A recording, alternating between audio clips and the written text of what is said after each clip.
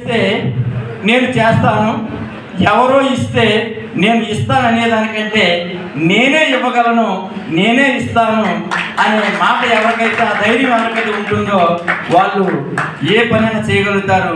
అందులో మొదటి వరుసలో నేను ఉంటానని మీకు మనం చేస్తూ ఉన్నాను.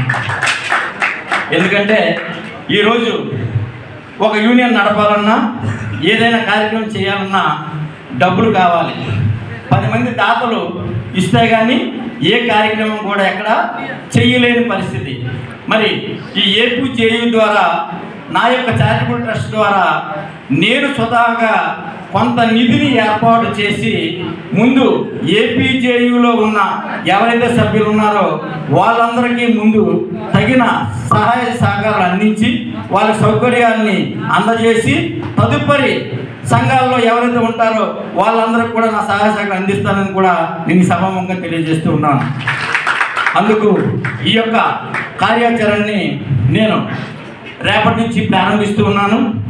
ఎందుకంటే ఒక యూనియన్ ద్వారా అయితే 10 మంది కలిసి పనిచేస్తే ఏదైనా సాధించలేనిది ఏమీ ఉండదు. అలాగే క్రికెట్ తీసుకోండి, 11 మంది ఆ టీంలో ఉంటేనే ఆ రోజు ఆ మ్యాచ్ ఆడగలుగుతారు. ఫస్ట్ మ్యాచ్ ఆడగలిగితే గెలిచేది ఎవరు, ఓడేది ఎవరు ఆ రోజు మన తాలూకా తలరాత మీద ఆధారపడి ఉంటుంది.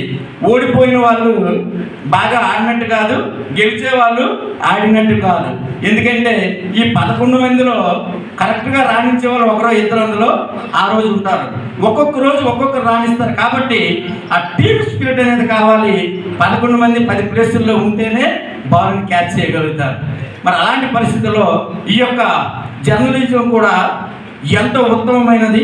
మరి జర్నలిస్టు ఎందుకంటే వాళ్ళ కష్టాలు అంటే ఎన్ని విధాలు మనం చెప్పినా అది తక్కువే.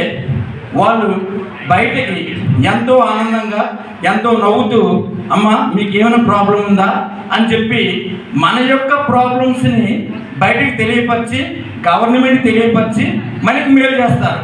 కానీ వాళ్ళకి ఈ రోజు వరకు కూడా ఒక ఇల్లు స్థలం కానీ ఒక జర్నలిస్ట్కి హెల్త్ ప్రాబ్లం వస్తే ఆ హెల్త్ రెక్టిఫై చేసే విధి విధానాలు కానీ ఒక జర్నలిస్టు తన అంటే ఎన్నో విధాలుగా ఒక ఇంట్లో కార్యక్రమం చేసుకుందాం అనుకున్నా తనకి ఎన్నో ఇబ్బందులు అనేది ఉంది. ఎందుకంటే వాళ్ళు వార్త రాస్తే ఆ మేనేజ్మెంట్ వచ్చేది ఎంత అని తెలిస్తే చాలామందికి నవ్వు వస్తుంది.